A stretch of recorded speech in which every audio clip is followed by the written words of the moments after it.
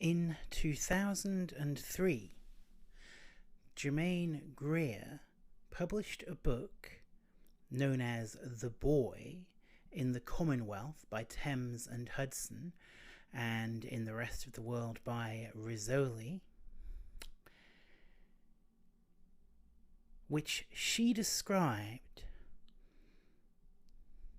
as full of pictures of ravishing pre-adult boys with hairless chests, wide apart legs, and slim waists. She went on to say that, "I know that the only people who are supposed to like looking at pictures of boys are a subgroup of gay men." Well,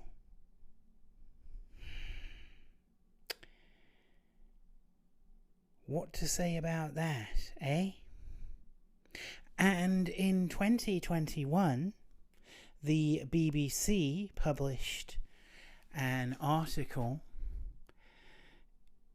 titled "We're Being Pressured to Sleep with Trans Women, Say Cis Lesbians," which quoted the results of a survey carried out among 80 members of a known anti-trans group, in the process of which the journalist responsible for the article, who had been shopping around such an article for around a year, quoted a cisgender female porn performer who calls herself Lily Cade, complaining about the fact that a trans woman, in fact, hadn't pressured her into doing a scene for one of her films.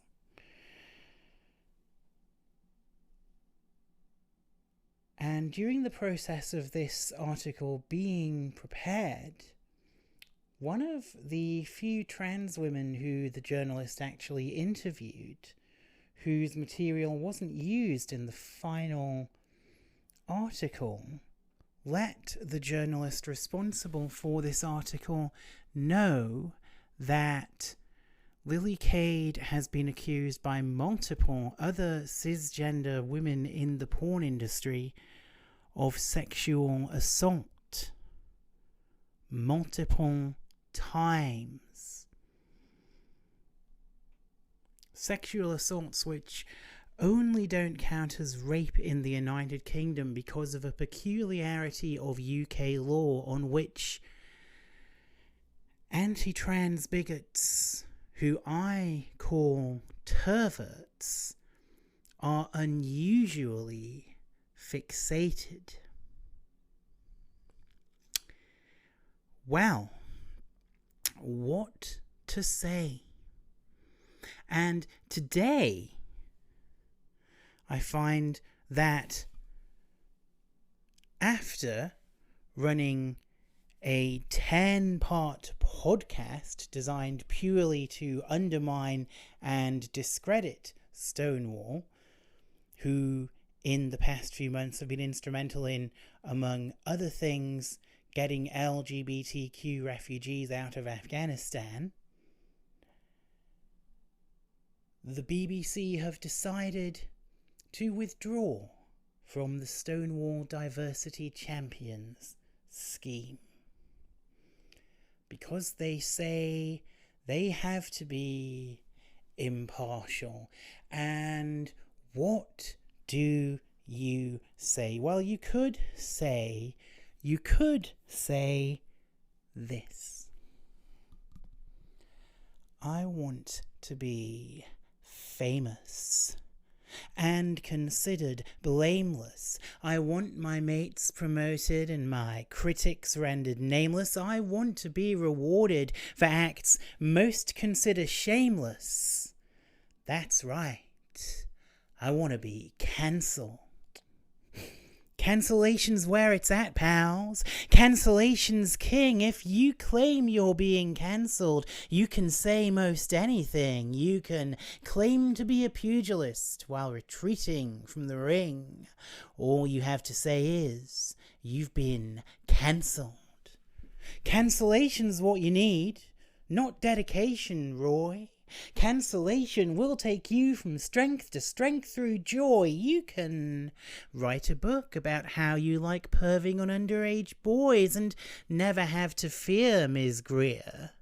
Just be clear that you've been cancelled. Cancellation is the royal road to superpower. You can quit your job and get a softball spot on Woman's Hour. You can claim to love free speech and threaten critics with your lawyer. Your stock can never drop when you've been cancelled. But just remember, cancellation's not for everyone. You're only cancelled if you say things they agree with in The Sun, not things like the BBC platformed a TERF who's rapist scum and they were warned she was a rapist, but they let the story run. Do you think we care about the truth? We're journalists, hun. And if you point out otherwise, at best you'll be ignored. At worst, we'll slag you off in print or drag you through the courts. We'll steal your private photos and we'll twist your social words. We'll convince the general public that you're all a bunch of pervs when all you want to do is live your life and not be hassled. We'll make that life a living hell. But we won't call you cancelled. I'd like to dedicate this to Alison Phipps, Priyamvada Gopal, and Owen Higgins, all of whom have recently had to face real campaigns of McCarthyite censorship from the British media. But who again, you never hear being called cancelled by that obsequious media.